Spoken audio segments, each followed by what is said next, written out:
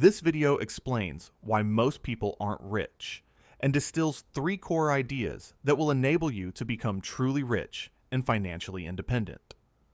Now, let's imagine you have 2 dads. One was a PhD, a man who sped through college in record time, winning scholarships to Stanford, the University of Chicago, and Northwestern. He believed that education was the ticket to success. The other dad never even finished the 8th grade. No diplomas, no fancy degrees, no prestigious universities. Now, this is where it gets interesting. Both dads received decent salaries. Yet, one of them struggled and did not feel that he had achieved financial freedom. Can you guess who is who? The more educated dad believes the only way to earn money is to work harder and longer hours. But there's always a limit to this. There are only so many hours in a day, and his available time sets the ceiling on his income. He also has lots to spend, so he feels like money is always not enough. The less educated dad, he earns money even while he sleeps. His wealth isn't limited by hours in the day. Funnily enough, he ends up being richer.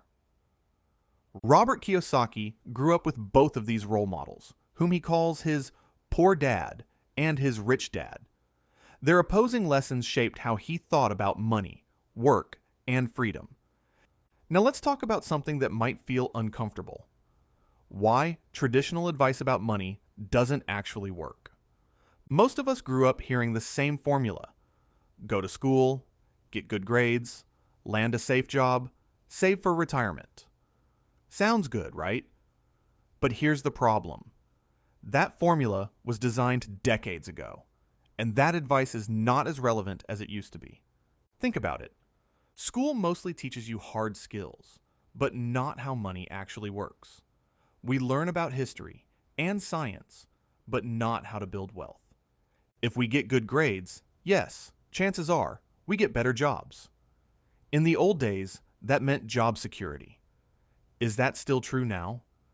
Today, companies downsize, industries get disrupted overnight, and technology is replacing jobs faster than ever. Having a job today doesn't necessarily equate to having financial security. And did your parents or grandparents painstakingly save up for retirement? The bad news is, accumulating wealth by saving isn't as easy as it was anymore. Inflation eats away savings. Life expectancy increases. If you just save from what's left from your salary, that sum of money is unlikely to be enough to give you the lifestyle you expect, and may not even last until the day you die. Rich Dad says, if you want to be rich, don't play by old rules. Create your own. Here's the truth. Working harder doesn't guarantee freedom.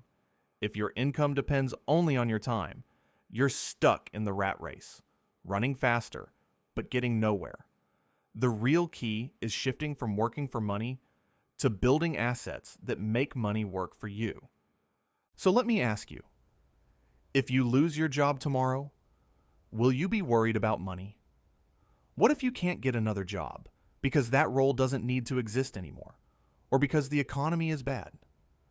That's exactly why the traditional path no longer works.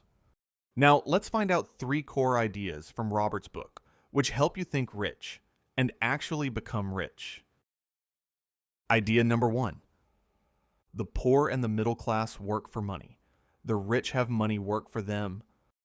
When you work for money, you are chasing a regular paycheck and trading your time for money. Why do so many people choose the traditional path? Rich Dad said it comes down to 2 emotions: fear and greed. The fear of not having enough money drives people to chase security. They take the first job that pays the bills, and then they stay. They stay because of fear. Fear of losing the regular paycheck, fear of what happens if they don't conform. And when they finally get a raise, there is the illusion of success, and that's when greed kicks in. Instead of using that extra income to invest or build assets, they buy more stuff. A bigger car, a bigger house, ending up spending more and more. and now they need that job even more. Fear keeps them working. Greed keeps them spending.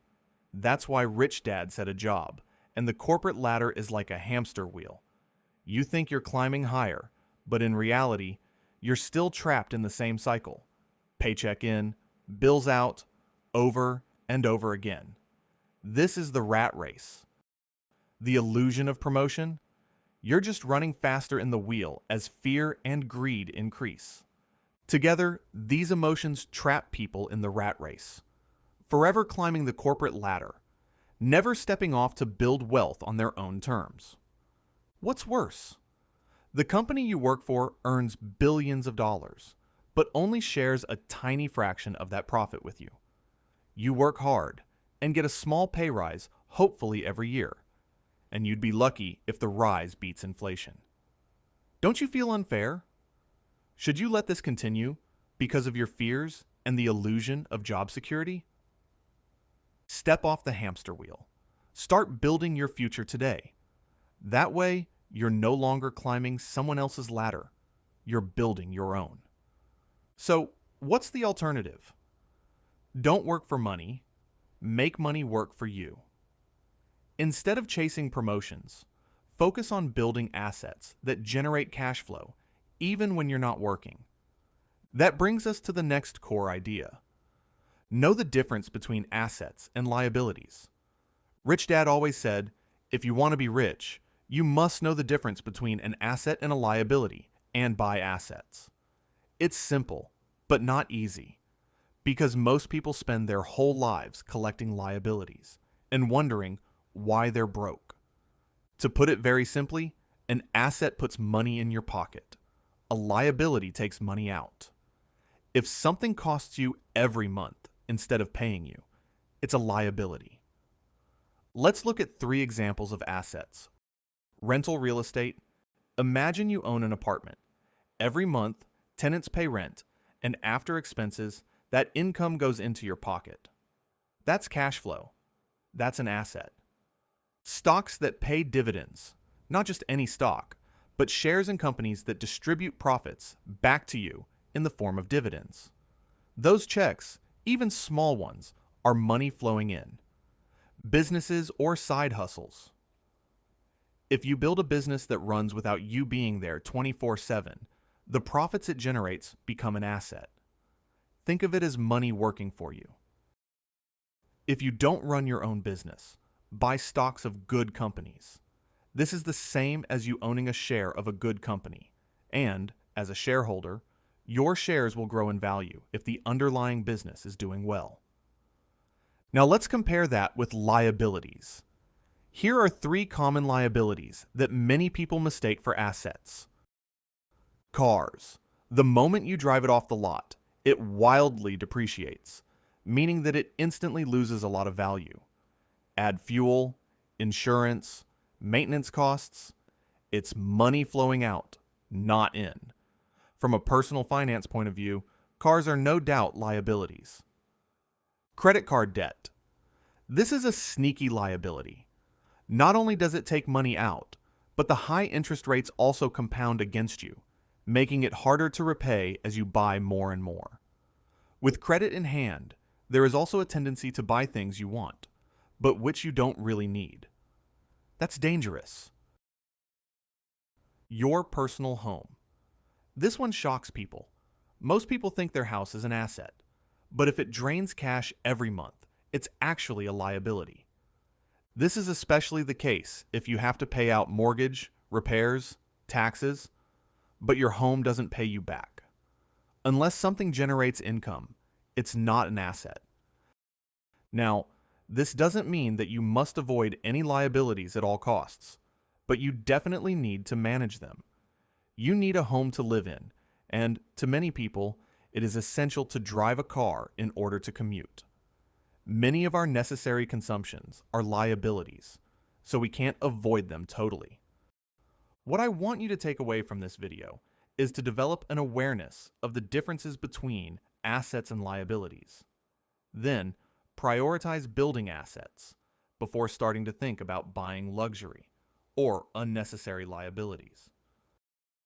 Now pause for a second and write this down. Is there any one asset you own that actually makes you money? If you can't think of even one, what will you do? This ties into our next core idea: putting all this into action. Rich Dad said, build your own assets and streams of income. Don't just climb the corporate ladder. Own the ladder.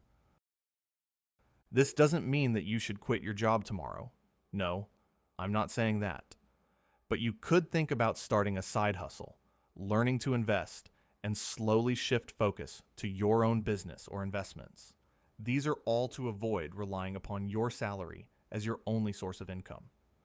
Now, if you think about the examples of assets we've given in the last core idea, you may think they are all very difficult for ordinary people to achieve.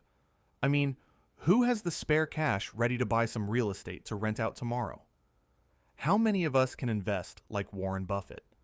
How many of us think that we can start a great business like Steve Jobs? Well, probably not many. And the best part is, you don't need to be that great in order to break out of the rat race. You could start with small businesses with less risk. Is there any digital product you can create once and could sell online over and over again?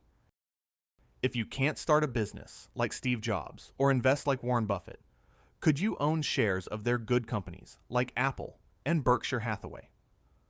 Remember, the key point is to maximize assets and minimize liabilities. And rather than spending 40 years building someone else's dream, consider using 10 years building your own. So, which dad's advice will you follow? Rich dad's or poor dad's? The one who climbed the corporate ladder and worked for money? Or the one who collects assets and builds wealth and freedom? Your future self is waiting. Start today. Hit that like button if this opened your eyes. Subscribe for more financial wisdom and drop a comment. Which lesson hit you the hardest? Let's grow smarter together. See you next time, and peace.